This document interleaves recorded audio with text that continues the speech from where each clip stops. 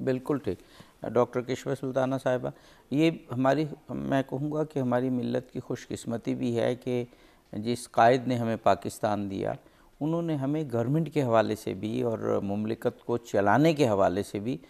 بہت واضح گائیڈنس دی ہمیں. دیکھیے، سب سے پہلے تو بہت شکریہ سچ ٹی وی کا، جو ہمیں گاہے بگاہے اتنے اہم امپورٹنٹ موضوعات کے سلسلے میں مدعو کرتے رہتے ہیں. ہم بھی آپ کا شکریہ ادا کرتے ہیں. سچ کی کوشش ہوتی ہے کہ جو بھی موضوع ہو اس کے مطابق اس کے ایکسپرٹس آئیں، اور آپ ایسے ریسرچر اور پروفیسرز تشریف لائیں اور قوم کو، ناظرین کو آگاہ کریں. دیکھیں، جہاں تک قائد اعظم کی نظام حکومت کے حوالے سے ان کے ارشادات، اقتباسات کا ہم اگر تاریخ کے اوراق کو پلٹیں تو وہاں پر ہمیں واضح گائیڈ لائن نظر آتی ہے. لیکن ہم موضوع کی طرف بڑھنے سے پہلے تھوڑا سا پس منظر کی طرف بھی جانا ہمارے لیے، ہمارے سامعین کے لیے، ناظرین کے لیے جاننا بہت ضروری ہے. کیونکہ آپ سب لوگ جانتے ہیں اور ناظرین بخوبی اس کا اندازہ لگا سکتے ہیں کہ جب بھی کوئی بلڈنگ تیار کی جاتی ہے تو بلڈنگ تیار کرنے کے لیے سب سے پہلے ہم نے اپنی ضمیر کو بھی ہموار کرنا ہے. اور بالکل سیم سچویشن کسی بھی کنٹری کو بنانے کے لیے یا اس کے نظام حکومت کو چلانے کے لیے ضروری ہے کہ وہاں وہ جو کنٹری ہے جو دنیا کے نقشے پر نمودار 1947 میں ہو رہا ہے، اس کے لیے جو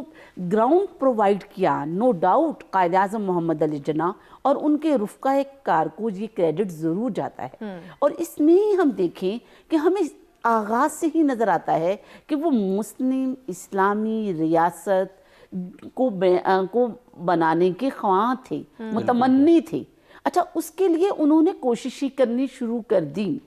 اچھا، بعض مورخین اپنی کتابوں میں لکھتے ہیں اور بہت سے جید مورخین اپنی کتابوں میں لکھتے ہیں کہ قائد اعظم محمد علی جناح سے ہمیشہ 1947 سے پہلے بھی سوالات کیے جاتے تھے کہ آپ کیسا نظام حکومت چاہتے ہیں جب مسلمانوں کے لیے ایک خطہ ارضی حاصل کر لیں گے. تو میں آپ کو بتاؤں، اور سامعین یہ سن کر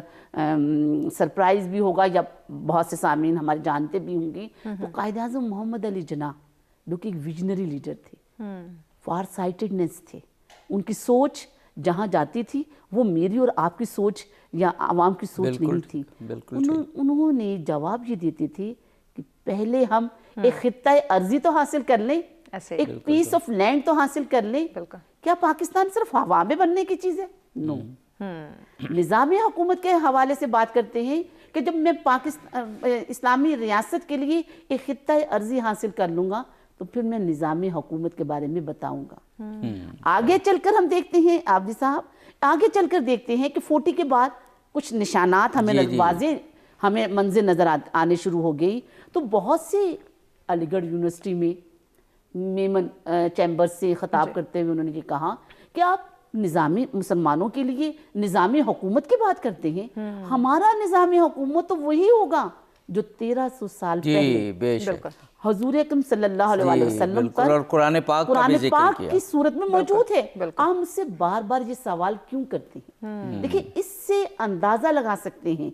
کہ قائد اعظم پاکستان کا نظام حکومت کیسا چاہتے تھے. ڈاکٹر طاہر بخاری صاحب، آپ بھی اسی سوال کی کنٹینیوشن میں ہمیں رہنمائی فرمائیے کہ قائد اعظم کیسا نظام حکومت چاہتے تھے اور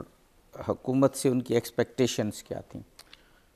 سب سے پہلے تو میں خراج تحسین پیش کرنا چاہوں گا سچ ٹی وی کی انتظامیہ کو کہ ہر سال ماشاءاللہ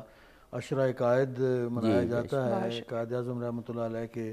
یوم پیدائش کے حوالے سے ان کی کوششوں کاوشوں کو اجاگر کرنے کے لیے اور پریکٹیکلی آج کی جو ہے نسل، خاص طور پر جوان نسل، ان کو یہ آگاہ کرنے کے لیے کہ قائد کس طرح کا پاکستان چاہتے تھے. اور جو آپ نے واقعی آج کا موضوع قائد اعظم نظام حکومت کے حوالے سے کس طرح کا پاکستان کا نظام چاہتے تھے، تو قائد اعظم رحمۃ اللہ علیہ نے دیکھیے کہ جس طرح سے آغاز سے ہی لے کر 1896 کے بعد سے جو پریکٹیکل پالیٹکس میں آتے ہیں، تو آپ نے سب سے پہلا جو ایشو تھا اس وقت انڈیا میں تھوڑا سا بیک گراؤنڈ ڈاکٹر کی ضرور چاہوں گا کہ وہ مسلمانوں کی نمائندگی کا ایشو تھا. تو اب مسلمان اس تمام تر عددی معاملے کے حوالے سے اقلیت میں تھے کولیکٹیولی انڈیا میں. تو اس کو مختلف طریقوں سے، مختلف فارمولوں سے آپ مذاکرات کے ذریعے اور دیگر آپ کہہ لیجئے کہ اپنے 14 نکات یا اس کا جو بیک گراؤنڈ تھا دہلی مسلم پروپوزلز اور پھر نہرو رپورٹ کے اثرات اور یہ ساری چیزیں، تو اس میں آپ مسلمانوں کی جو عددی حیثیت تھی اس کو منوانا چاہتے تھے۔ بالکل اب دوسری جانب جو ہے وہ قائد اعظم رحمۃ اللہ علیہ جس وقت اس سارے پروسیس میں کچھ سرخرو ہوتے ہوئے قرارداد لاہور تک آتے ہیں، کچھ تلخ تجربات بھی ہوتے ہیں نہرو رپورٹ کے بیچ میں، اس کے کانگریس منسٹریز کے، اور اس سے پہلے نہ چاہتے بھی گورنمنٹ آف انڈیا ایکٹ جس طرح سے نافذ کر دیا جاتا ہے۔ تو بہرحال 1940 تک قائد اعظم نے مسلمانوں کی اتنی حیثیت پورے ہندوستان بھر میں منوا لی تھی کہ اب وہ کسی بھی حیثیت میں اپنی بات منوا سکتے۔ بہت صحیح، بہت اب صحیح۔ رہی بات نظام حکومت کے حوالے سے، تو 1940 سے 47 تک 7 سال کا وہ ٹارگیٹڈ ایریا میں کہوں گا، وہ ایک حصول منزل کی جانب وہ اقدام تھے سارے کے سارے آپ کے، کہ آپ نے قیام پاکستان سے پہلے ہی جس طرح سے 11 اگست 1947 کی جو پہلی تھی اس کو قانون ساز اسمبلی کا اجلاس، اس میں جو تقریر کرتے ہوئے آپ نے وفاقی نظام اور پھر فلاحی ریاست کی جانب جو ہے، اسلامی فلاحی ریاست کی جانب آپ نے جو پروپوزل دی ہیں کہ ہمارا نظام جو حکومت ہے بنیادی طور پر وفاقی ہوگا، کیونکہ پاکستان میں آج بھی پہلے بھی مختلف جو ہمارے وطن عزیز کے حصے ہیں، میں وہ گلاب کے پھول کی پتیوں کی جانب طرح مشابہ کہوں گا کہ تمام بلوچستان، سندھ، خیبر پختونخوا، پنجاب، اور اس وقت ہمارے پاس مشرقی بنگال کا بھی حصہ موجود تھا، تو وہ ان تمام کو ان پھول کی پتیوں سے تشبیہ دیتے ہیں اور اس میں ویرائٹی آ جاتی ہے۔ تو اس لیے یہاں پہ وفاقی نظام انتہائی ضروری تھا کہ جس میں تمام صوبے ایک مرکز کے تحت، ایک وفاق کے تحت اپنی مناسب اور متناسب نمائندگی کے ذریعے جو نظام حکومت چلا سکیں۔ اس کے لیے مغربی میڈیا نے جب فوراً ان سے سوال کیا کہ آپ یہاں پہ نظام اور آئین کے حوالے سے کیا کریں گے،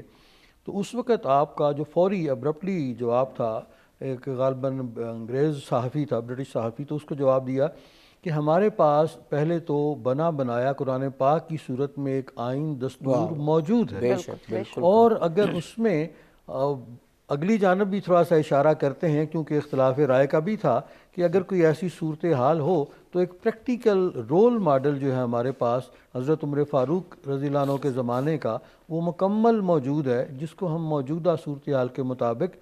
ہم لاگو کر سکتے ہیں۔ ہمیں ایک وقفہ لینا ہے، وقفے کے بعد یہ گفتگو ہم جاری رکھیں گے۔ جی بالکل، اپنے مہمانوں سے ان ڈیٹیل گفتگو کا آغاز ہو چکا ہے، اس سلسلے کو مزید بھی آگے بڑھائیں گے، وقت ہو جاتا ہے ایک بریک کا، ہمارے ساتھ رہیے گا۔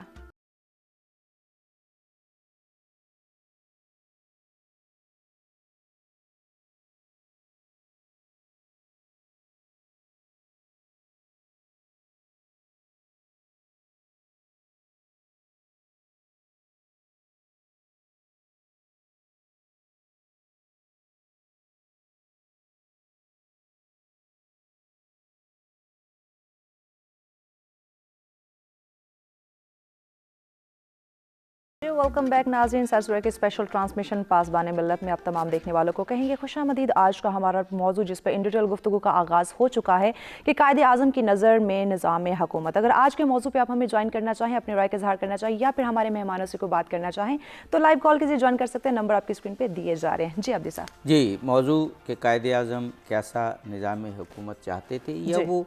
کیا چاہتے تھے کہ حکومت کس طرح سے اپنے عوام کی خدمت کرے۔ ڈاکٹر طاہر بخاری صاحب بات کر رہے تھے، میں چاہ رہا تھا وہ مکمل کر لیں، پھر ہم ڈاکٹر صاحب کی طرف آئیں۔ جی، بنیادی طور پر جس طرح آپ نے وہ انگریز صحافی سے بھی بات کرتے ہوئے ذکر کیا کہ ہمارے پاس واضح طور پر جو پریکٹیکلی نافذ کرنے کے لیے وہ قرآن پاک میں واضح گائیڈ لائنز موجود ہیں، اور اگر اس میں لوگوں کی کچھ مشکلات درپیش آتی ہیں اتفاق رائے کے حوالے سے جو بھی کہہ لیں، تو وہ حضرت عمر فاروق رضی اللہ عنہ کے زمانے کا آئین جو ہے وہ موجود ہے۔ پھر قائد اعظم نے آپ دیکھیے کہ نظام حکومت کے حوالے سے قیام پاکستان کے فوری بعد جو مشکلات درپیش ہیں، دراصل حکومت، ملک تو مل گیا، حکومت کو بنانا اور ملک کو مستحکم کرنا اور معاملات کو چلانا، وہ سب سے بڑا جو مسئلہ تھا اس وقت وہ معاشی مسئلہ تھا۔ میں آتے ہوئے بھی عبدی صاحب سے بھی بات ہو رہی تھی، تو اس میں کیفیات یہ تھی کہ جتنے ہندو ہمارے تاجر تھے، مختلف بینکار تھے، پنجاب نیشنل بینک تھا، یہ لاہور سے اس کا ہیڈ کوارٹر دہلی شفٹ کر دیا گیا۔ اس وقت ریزرو بینک آف انڈیا نے ہمارے حصے کے جو ریزروز تھے وہ انہوں نے ضبط کر لیے، نہ دیے۔ تو سارے عرصے میں آپ دیکھیے کہ 1 جولائی کو 1948 کو جس وقت قائد اعظم نے اسٹیٹ بینک آف پاکستان قائم کیا، صرف 2 کروڑ روپے کا اس وقت انیشیل سرمایہ تھا، اور اس سے اس بینک کو ایک طرح سے ملکی کاروبار، امور اور خارجہ تمام جتنی اور اس کو اتنی اہمیت دی، حالانکہ ان کی طبیعت خراب تھی۔ مس فاطمہ جی نے بھی لکھا کہ میں نے کہا کہ آپ تقریر اپنی بھیج دیں، آپ خود نہ جائیں، لیکن انہوں نے کہا کہ نہیں، کیونکہ معاشی حوالے سے یہ اتنا اہم ہے کہ دنیا کو یہ بتایا جائے کہ ہم اپنا ایک پورا معاشی نظام رکھتے ہیں۔ تو اس بیماری کے عالم میں بھی آپ جی اس وقت بھی مطلوب حسین سید صاحب ان کا ایک واقعہ بیان کرتے ہوئے لکھتے ہیں، اور وہاں بھی فرض شناسی اور وقت کی پابندی کی واضح مثال کہ جس وقت آپ افتتاح کے لیے تشریف لے جاتے ہیں تو اس وقت مقررہ وقت پر کچھ لوگ نہیں آئے ہوئے تھے۔ ایونلی اس وقت کے وزیر اعظم لیاقت علی خان صاحب اور دیگر اعلیٰ عہدیداران بھی ذرا تاخیر سے پہنچے، تو آپ نے کہا کہ وقت پر کارروائی شروع ہو، اور وہ جو نشستیں خالی تھیں آپ نے کرسیاں وہ اٹھوا دیں۔ یہ آپ کی ایک طرح سے پابندی ہے وقت اور اصول اور اس کے حوالے سے بالکل کمٹمنٹ کے حوالے سے بات آ جاتی ہے۔ تو کئی یہ لوگ جو بعد میں آئے تو انہیں خجالت بھی محسوس ہوئی، اور وہ کھڑے ہو کر انہیں وہ تقریب جو ہے اس میں شمولیت۔ بہت صحیح۔ ڈاکٹر سہیل احمد صاحب، ایک تو ہم کہتے ہیں نا کہ فارم آف گورنمنٹ کیا تھی، تو وہ تو قائد اعظم نے 11 اگست کی تقریر میں ہی واضح کر دیا تھا کہ میری اس میں رائے نہیں ہے، اور آپ جو کانسٹیٹیوشنل اسمبلی ہے وہ خود بنائے گی، لیکن میرا خیال ہے کہ یہ ایک وفاقی طرز کا آئین ہوگا۔ لیکن ایک پھر ہوتی ہے تفصیلات کہ گورنمنٹ کام کیسے کرے گی، گورنمنٹ مملکت کو کیسے چلائے گی، عوام کی خدمت کیسے کرے گی، تو وہ بھی بڑے واضح آپ نے بیوروکریٹس کے لیے، فوج کے لیے، سرکاری ملازمین کے لیے، پولیٹیشنز کے لیے آپ کی مکمل گائیڈنس، وہ جو ایز گورنر جنرل آپ کی اسپیچز اور لیٹرز ہیں موجود ہے۔ بالکل جی، آپ ان کا وہ دیکھیں کہ ڈیوٹی بیفور سیلف، ایک ان کا تھا کہ آپ کی جو فرائض ہیں وہ آپ نے اپنے آپ سے آگے رکھنے ہیں، اور پولیٹیشینز کو وہ کہہ رہے تھے۔ اور اس طریقے سے اگر آپ دیکھیں کہ فارم آف گورنمنٹ پہ وہ جب یونائٹڈ اسٹیٹس آف امریکہ کے لوگوں سے خطاب کر رہے تھے فیبرری 1948 میں، جی بڑا اہم خطاب ہے، ایگزیکٹلی ریڈیو پاکستان کے ذریعے سے وہ کر رہے تھے، تو وہ کہہ رہے تھے کہ آپ کا ہمیں فیڈریشن چاہیے، جیسے کہ امریکہ، کینیڈا اور آسٹریلیا کے اندر کا نظام ہے، ہمیں وہ والا فیڈریشن چاہیے، لیکن وہ اسلامک پرنسپلز پہ ہوگا، جو کہ 1300 سال پہلے جیسے اسلام کے اصول انسانیت کی خدمت کے لیے وضع کیے گئے تھے، وہ آج بھی اسی طرح اپلیکیبل ہیں، اور وہ ان کے حساب سے ہوگا۔ اور پھر وہ نیچے کے جتنے کام ہیں مشینری کے اندر، حکومتی مشینری کے اندر، وہ کام انہوں نے چھوڑ دیا تھا کانسٹیٹیوئنٹ اسمبلی پہ، کہ کیا وہ پارلیمنٹری فارم آف گورنمنٹ کی طرف جاتے ہیں یا وہ پریزیڈنشل فارم آف گورنمنٹ کی طرف جاتے ہیں، اور پھر اس کا باقی ڈھانچہ وہ کیسے سیٹ کرتے ہیں۔ لیکن انہوں نے جو ایک بات بڑی ضروری کی تھی وہ یہ کی تھی کہ پروونشل اٹانومی پہ وہ یقین رکھتے ہیں، اور وہ کہہ رہے تھے کہ فائنانس، ڈیفنس اور کچھ اور امور جو کہ فیڈریشن کے پاس ہونے چاہیے وہ فیڈریشن کے پاس رہیں گے، سینٹرل گورنمنٹ کے پاس، باقی وہ پروونشل اٹانومی کی طرف بات کر رہے تھے، کیونکہ فیڈریشن کے اندر یہ ہوتا ہے کہ اس میں اگر آپ کا پروونشل اٹانومی زیادہ ہوتی ہے اس میں، تو وہ فیڈریشن مضبوط کنسیڈر ہوتی ہے، کیونکہ لوگوں کو ان کے حقوق مل رہے ہوتے ہیں، صوبائی حقوق، اور اگر پروونشل اٹانومی کو آپ سلب کر دیں یا زیادہ اختیارات وفاق کے پاس رہنے دیں تو پھر وہ فیڈریشن کمزور ہوتی ہے، بیکاز لوگ اس میں پھر اپنے حقوق کے لیے آوازیں اٹھاتے رہتے ہیں، جس سے کہ فیڈریشن کے سامنے چیزیں، تو انہوں نے براڈر آؤٹ لائنز دے دی تھی، لیکن آگے وہ انہوں نے کانسٹیٹیوئنٹ اسمبلی کے اوپر چھوڑا ہوا تھا کہ وہ کیسے نظام کا ڈھانچہ مرتب کرتے ہیں۔ جی، اور اس کو ڈاکٹر کشور سلطانہ صاحب، قائد اعظم بالکل واضح محسوس ہوتا ہے کہ کانسٹیٹیوشنل اسمبلی کو فیسیلیٹیٹ کر رہے ہیں آئین بنانے کے لیے اور فارم آف گورنمنٹ بنانے کے لیے، لیکن اس کی جو تفصیلات ہے آگے کہ اس نے کرنا کیا ہے، اس کے حوالے سے کوئی کمی نہیں چھوڑی قائد اعظم نے۔ جیسے ابھی ذکر ہوا کہ بیوروکریٹس کو، سرکاری ملازمین کو، پولیٹیشنز کو کہا کہ کس طرح سیلف لیس خدمت کرنی ہے آپ نے۔ دیکھیے، قائد اعظم نے نظام حکومت کے حوالے سے 1947 میں جب پاکستان بن گیا تو ظاہر ہے اتنا عرصہ، قلیل عرصہ تھا ان کے پاس کہ وہ اس طرح باقاعدہ طور پر تو اسٹیبلشمنٹ نہیں کر سکے، لیکن میں آپ کو یہ بھی بتاؤں تاریخ کی کتابیں اس بات کی گواہی دیتی ہیں کہ انہوں نے مختلف انسٹیٹیوشنز کی بنیاد رکھ دی، جیسا فارن سروس اکیڈمی کا اجرا کیا۔ اچھا، پھر سرکاری ملازمین کی تنخواہوں کے مسائل تھے تو انہوں نے پے کمیشن بھی